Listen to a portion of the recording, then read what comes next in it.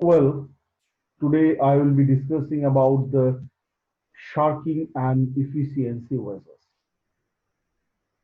In any economy, there are always unemployed people, who are available for work. And in fact, they are searching job. But as we know, there are two explanations for this aggregate unemployment or excess supply of labor. One, the first one, the money wage rate, that is the nominal wage rate, has been set above the equilibrium rate. And the other explanations is that workers form mistaken expectations about prices. On the basis of the adaptive expectation, they mistakenly expect about the prices.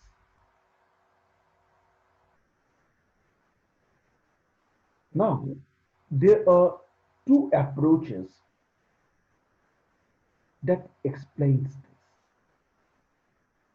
Okay, there are two approaches that explain this. One approach is Keynesian approach, and another approach is the Friedman approach. Keynes argued that employees were more concerned with the relative rather than the others. And Friedman argued that workers are imperfectly informed about prices on the basis of the adaptive expectation.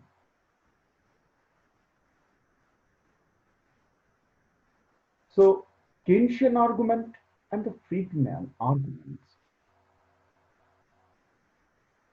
actually said that what is the basis of the non-market clearing wage that results in the outcome of unemployment. Okay. So what is the basis of the non-market clearing wage that results in the outcome of unemployment? The Keynesian concept and Friedman concept are there.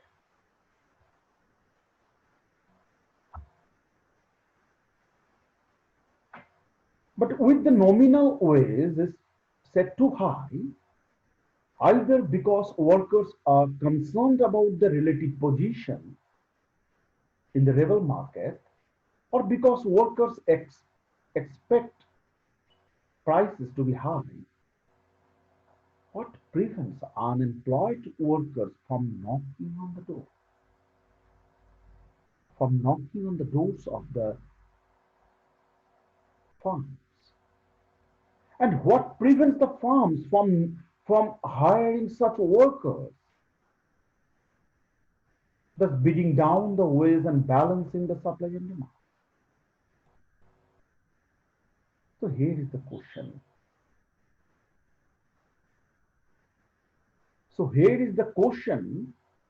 What prevents the unemployed workers from knocking on the door of the farms? And what prevents the farms from hiring such workers at the low wages?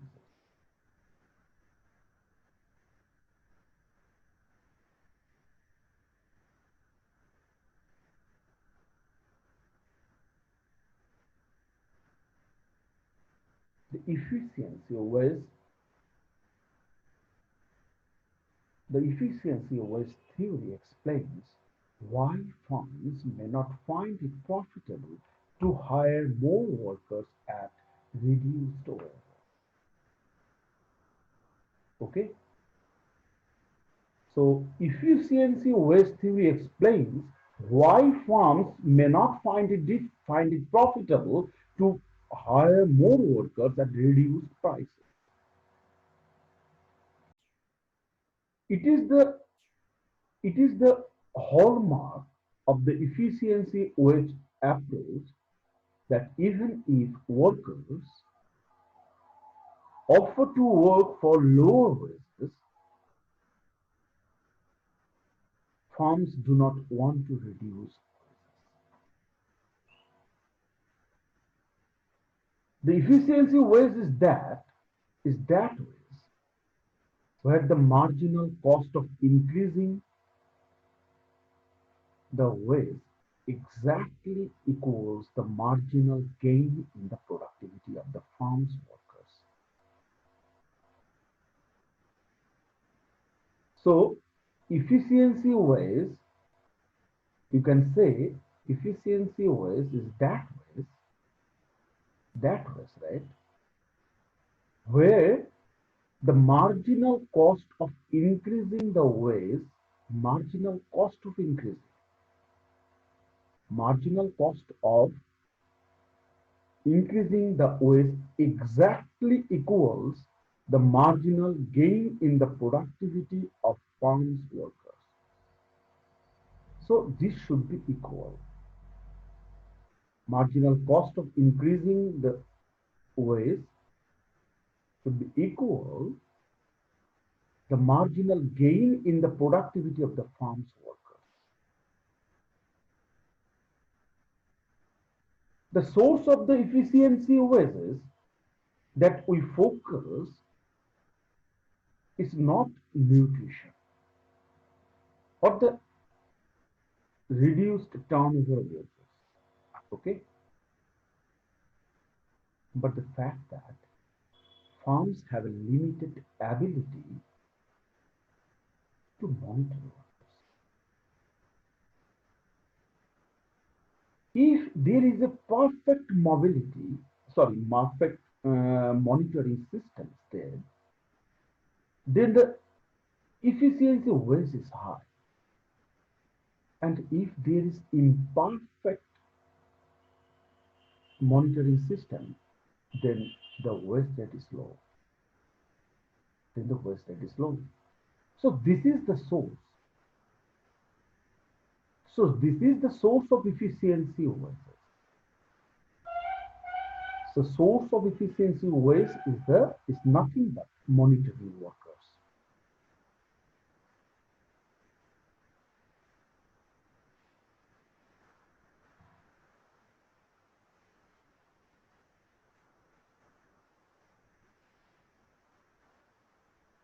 Workers can share and spend time on activities unrelated to the position for which they have been hired.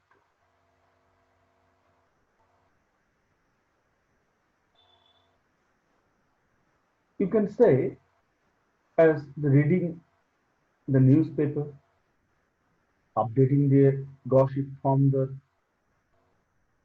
tabloids, and sending texts to their friends. These are the different kinds of shocking. Actually, the shocking workers result in a loss of productivity. There is a loss because of shocking. And to avoid this loss, the firm, to maximize the profit, they have to monitor workers. But it is impossible. Perfect monitoring is costly. So there is the efficiency wage. So there is the efficiency wage, and that is higher than the market clearing wage. Now we calculate the instantaneous benefit to a worker. This look at this. B is the instantaneous benefit to a worker, and if the worker is employed, then W by P minus E is the instantaneous benefit. Here, W by P is the real wage and E is effort per worker. So it is instantaneous benefit to a worker. So this is per unit effort per unit of worker. So this is the real wage. So by subtracting the effort from the real ways, we get the benefit, the instantaneous benefit. Okay. So if the worker is not employed, he is unemployed, then instantaneous benefit is zero because real wages is zero and E is also zero. So here is a zero. So instantaneous benefit of employed worker is W by P minus A. Now, now be employed. Now we calculate the instantaneous benefit of employed person. Look,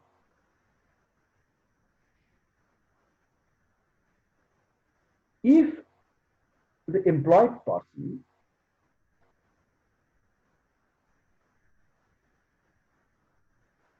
providing effort, they expend effort, the instantaneous benefit to the worker will be W by P minus A. That is the real wage minus the effort per worker. So this would be the instantaneous benefit as I have mentioned in this here. Okay. Now if the worker shorts, okay, the employed worker shorts. So what would be the benefit? The benefit would be W by P, that is the real wage. There is no E, there is no effort. So this would be the benefit. Now, so the net benefit of shirking, so net benefit, there would be net benefit. So net benefit would be the difference between the instantaneous benefit of the employed when the worker is shirking and the instantaneous benefit of the worker when the worker is exerting effort. When the worker is exerting effort. Okay. So when the worker is actually shirking, then the instantaneous benefit is W by P, as I have mentioned here. So W by P is here. And when the worker exerts the effort, then the instantaneous benefit of the employed worker is W by P minus E. So after a simple calculation, you get the E. E is nothing but the effort per worker. Okay. So net benefit of shirking is effort per worker. Clear? Now, the expected loss from shirking, if this is the expected benefit, this is the benefit. Now the expected loss. Okay, what should be the loss? Mu is the probability of unemployment. Probability of unemployment. Okay, so probability of unemployment multiplied with the real wage is the expected loss of shirking. Is the expected loss of shirking. And when there is a high unemployment, then mu will be high. Mu will be high. Sorry. When there is the expected loss from shirking is the probability that the cheating is detected. There is a cheating and that cheating is detected. Okay, that cheating is detected. So when mu is large, that is if the unemployment rate is high. Mu is large when unemployment rate is high. So mu, that is the probability of unemployment. If the probability of unemployment, if the unemployment rate is high, then mu is large. Okay, mu is large when unemployment rate is high. Mu is large because if you fire a worker in front of that worker, there is a long time span to get a job.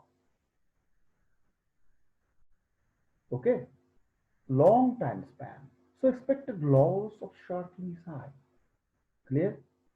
Why the sharking expected loss of sharking is high? If I am sharking in my work, then and if my cheating is detected and I am fired, then I will. It is very difficult for me to find a job instantaneously because there is a high unemployment. Mu is high. So expected loss of sharking is mu multiplied with W by P. If mu is low, the expected loss of sharking is low. And when mu equal to low, when there is unemployment rate is low, the mu will be low. Okay. So the expected loss of waste from cheating is equal to the gain from cheating. So net benefit of sharking. So gain from cheating. This E is nothing but the gain from cheating, and and this is the and this is the and this is the expected loss of from cheating. This is the expected loss from cheating, and this is the expected gain. This is the gain from cheating. So this is equal. After simple calculation, you get W by P E by mu. Okay? So no sharking condition. No sharking condition. This is the no sharking condition. What is the no sharking condition? When the real waste is equal with the ratio of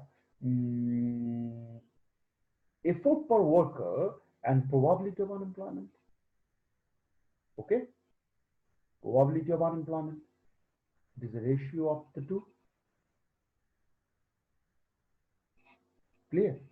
So this is the no sharking condition.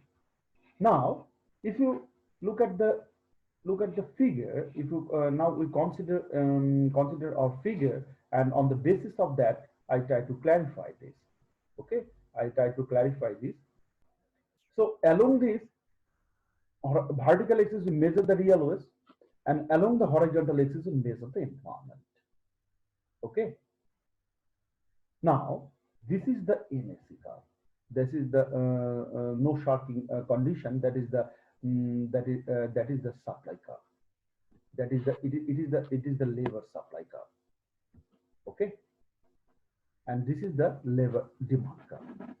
And it is and labor demand curve is actually a downward sloping demand curve for labor curve, and along this demand curve, the wage is equal to the marginal product of employment. Marginal wage is actually equal to the marginal product of employment, and this is the supply curve. This is the supply curve. And look, as the probability of unemployment declines,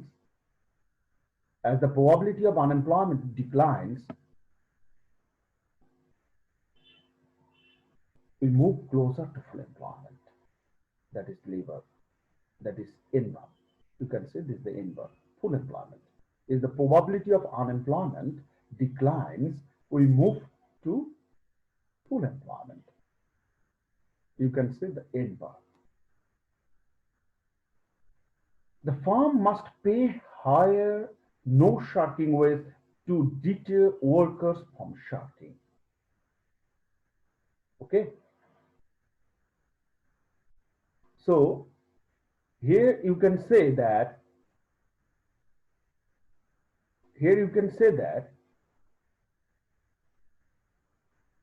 as the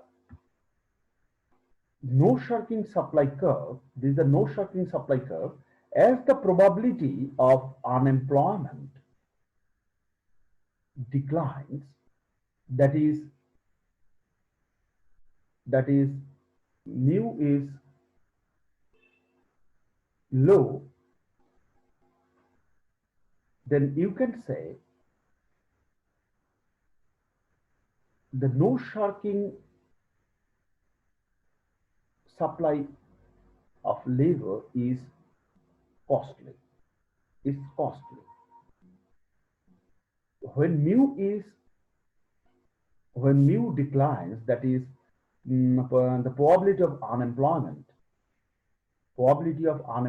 declines, then what happens? Then then you can find then you can find so when mu, that is the probability of unemployment, is low, is small, the shirking workers who are caught face a low chance of an unemployment, and that is not too costly for them, and firms must offer relatively high wages in order to make shirking costly. When mu is high, that is the unemployment rate is high, then the no shirking, to make the shirking, so to make the shirking costly, you have to pay low wage. You have to pay low wage. So as the probability of unemployment declines,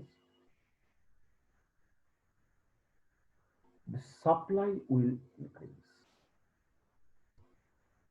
The supply will increase. Okay.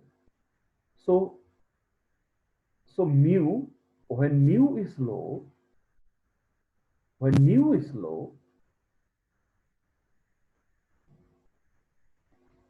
shirking is costly by providing high wages. And when mu is low, shirking is less costly. Now, look, this is the equilibrium point. This is the equilibrium point where the demand for labor and supply of labor, that is the no shirking supply curve. This is a no shirking supply curve. On the basis of probability of unemployment, it is drawn. On the basis of probability of unemployment, it is drawn. So no shirking supply curve and the demand curve and labor demand curve is intersects at the point where the efficiency of wage rate is determined. And you can say it is when the imperfect monitoring is there, then the efficiency of wage is W by P. Okay. So now look, this is the full employment curve, and if the market clears, then demand for labor is equal to the supply of labor at the full employment, and this is the market clearing wage. This is the market clearing wage. Okay. Now look, if the market, here is the unemployment. This span, this amount, this number of people are unemployed. They are actually involuntarily unemployed. They are seeking job, but they are not getting job. They are involuntary unemployment. And here you can find the wage rate is high. Efficiency wage rate is high. Efficiency wage rate is high. If this point, this equilibrium is is considered, this point is considered where the full employment and the demand for labor intersect. The perfect monitoring is there. And perfect monitoring is very costly. So it is not possible to make the maximize the profit. So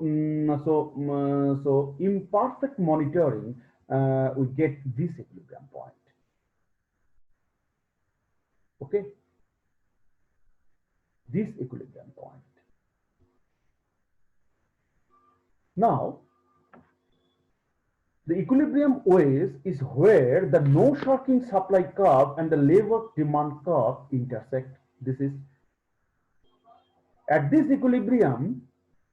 This is the efficiency OS, and this are the this amount of labor is employed. Okay, workers will be employed, and leaving this amount unemployed. If there was perfect monitoring, equilibrium would occur at this point. Okay, and it is because of imperfect monitoring that equilibrium occurs at the intersection of the labor demand curve and NRC. This point, clear? This point, the intersecting. So this is the intersection point, and this amount is involuntary unemployment, and this is the market clearing. Was that this is the this is not the market clearing. Was that this is imperfect monitoring situation. This is perfect monitoring situation. Clear? Now another thing. Look here. The This is the output. This is the total output, and this output actually, in terms of efficiency unit, this amount n is the number of number of workers who are employed, and this is the per unit of effort. So this is the total output in terms of the efficiency unit. Now, as the firm's intention is to maximize the profit, so profit can be calculated as this is the total output, f function of en, and minus w by p multiplied with n minus w by p multiplied with s. So n is the number of workers who are exerting effort, and s is the number of workers who are actually who are shirking. So who are shirking, farms have to pay them, and who are exerting effort, firms also have to pay them. So this W by P multiplied with N plus S is the cost of the firm. So this is the so if we subtract this from this total output, then we get the profit. That this is the firm's profit. Okay. This profit maximization results in a downward sloping curve, demand for labor curve. As I have mentioned in my figure that ND along with the OS, along which the OS is equal to the marginal product of the employment. This is the marginal product. Real OS is equal to the marginal product of employment. Okay, this is the marginal product. Marginal product of employment multiplied with the per unit of effort. Okay, now there are three implications, interesting implications of there. And if there is suppose there is no market pressure to beat the OS down, there is no market pressure to beat the OS down to the competitive OS, that is the W by P star, by the unemployed workers. There is no market pressure. Clear? If the firm paid less than the market efficiency OS, if the firm is paid less than the actually the efficiency OS, less than the efficiency OS, then what happens? Then the supply of labor, suppose this is the curve,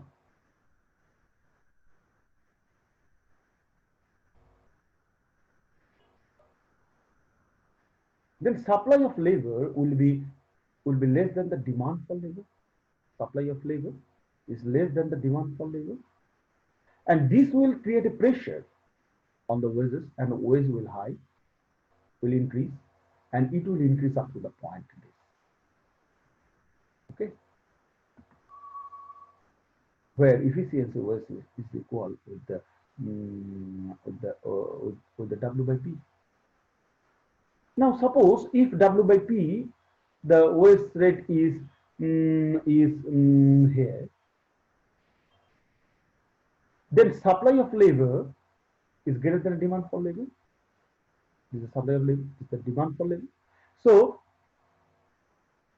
supply of labor is high, it will create the downward pressure on the wage rate, and wage rate will fall, and W by P will be equal with the efficiency. Clear? So this is the first implication. Now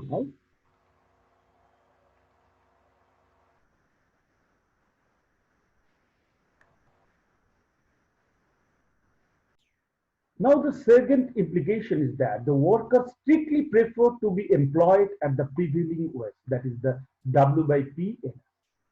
Okay, W by P.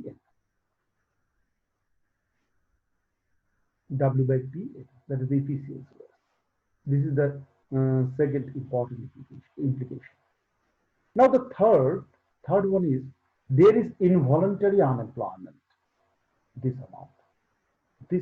Okay, full employment minus the number of workers who are employed at the efficiency wage. This amount is the employment is the involuntary unemployment. They are wanting to work at the ongoing prices, at the ongoing wages, but unable to find jobs. Firms do not have an incentive to employ these workers. Okay, why? Because full employment encourages workers to shop. They will be spending the time reading newspapers, writing text to their friends. And so full employment would imply that fired workers can walk across to the next farm and get another job. And unemployment is the stick that is essential. Unemployment is the stick. You must remember, unemployment is the stick that is essential. Why it is essential? Because to avoid shirking. So unemployment should be there to avoid shirking. So unemployment is the stick that is essential in order to keep the workers who earn more than that market clearing wages in line. Unemployment keeps the worker from shirking on the job. Clear? Now, why do firms pay higher than market clearing wage that results in unemployment? Why? The new Keynesians such as the Shapiro and Stiglitz, they said that firms have limited ability to detect shirking on the job. Okay, they have the limited ability. On the other hand, Friedman said that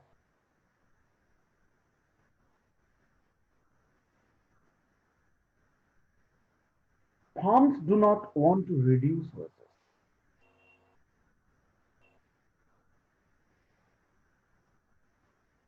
It is the workers who set them that way to neutralize the expected cost of living increases. Okay, so according to Friedman, it is the workers who are responsible for the efficiency wage. But according to the But according to the, you can say, new Keynesian, that is Shapiro and Stiglitz,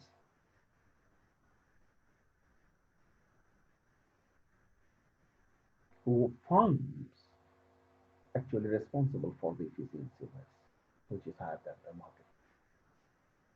But if you look at the classical understanding, then they said that farm chooses employment to maximize profit, taking the real OS as given. As far as the classical model is concerned,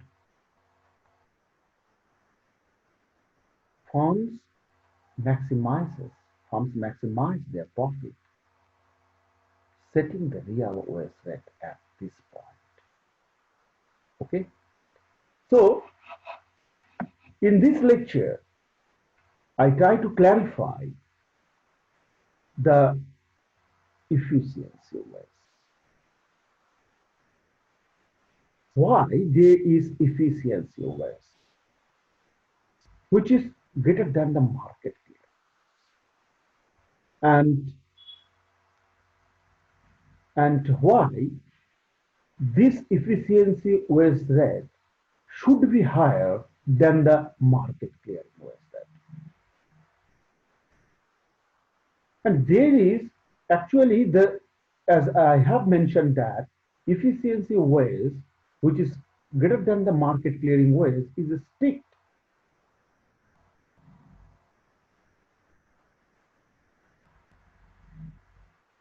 You can say there is unemployment, and unemployment should be there. Involuntary unemployment should be there, and that should be considered as a state. That should be considered as a state. Because if there is a full employment, there is no full employment, then the worker who will be shirking, and if the worker will be detected, then he will get dropped immediately in another firm. So to make the productivity high, and to make the profit maximize, unemployment that is involuntary should be there. And there are some concepts, as I have mentioned, that the new Keynesian concept, Friedman and classical. So I hope you have enjoyed this lecture, and understand what I have actually tried to say in this lecture regarding the efficiency. Thank you for enjoying this lecture.